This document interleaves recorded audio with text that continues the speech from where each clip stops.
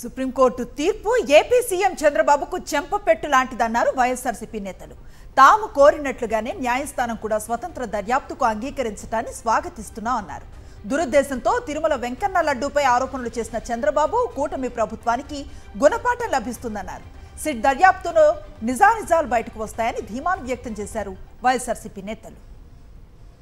వెంకటేశ్వర స్వామి ఆశీస్సులతో తప్పకుండా న్యాయం జరుగుతుంది, వాస్తవాలు బయటకు వస్తాయి ఈ సిట్ ఏర్పాటు వేయటం ద్వారా నేను భావిస్తున్నాను. వైఎస్ఆర్సీపీ నైతిక విజయం అనే కాకుండా కోట్లాది మంది భక్తుల నైతిక విజయం, ఎందుకంటే వాస్తవాలు వాళ్ళకి తెలుస్తాయి కాబట్టి. ఎందుకంటే ఆరోపణలు చిన్న ఆరోపణ కాదు వాళ్ళు చేసింది. స్వామివారి ప్రసాదాల్లో కలుషితమైన పదార్థాలు గడిపారు అని చెప్తే ఎంతోమంది భక్తుల మనోభావాలు దెబ్బతిన్నాయి.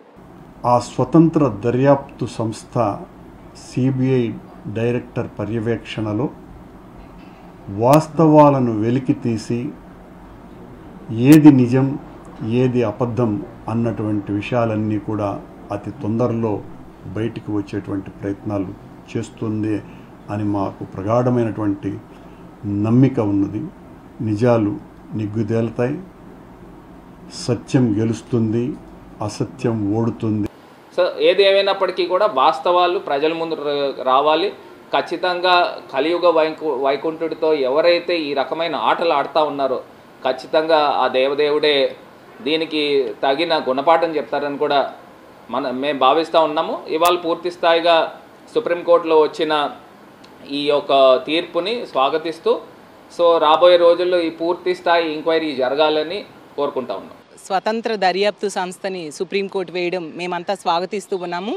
అసలు ఈ సుప్రీంకోర్టు తీర్పు అనేది ఈ కూటమి ప్రభుత్వానికి ఒక చెంపపెట్టు లాంటిది.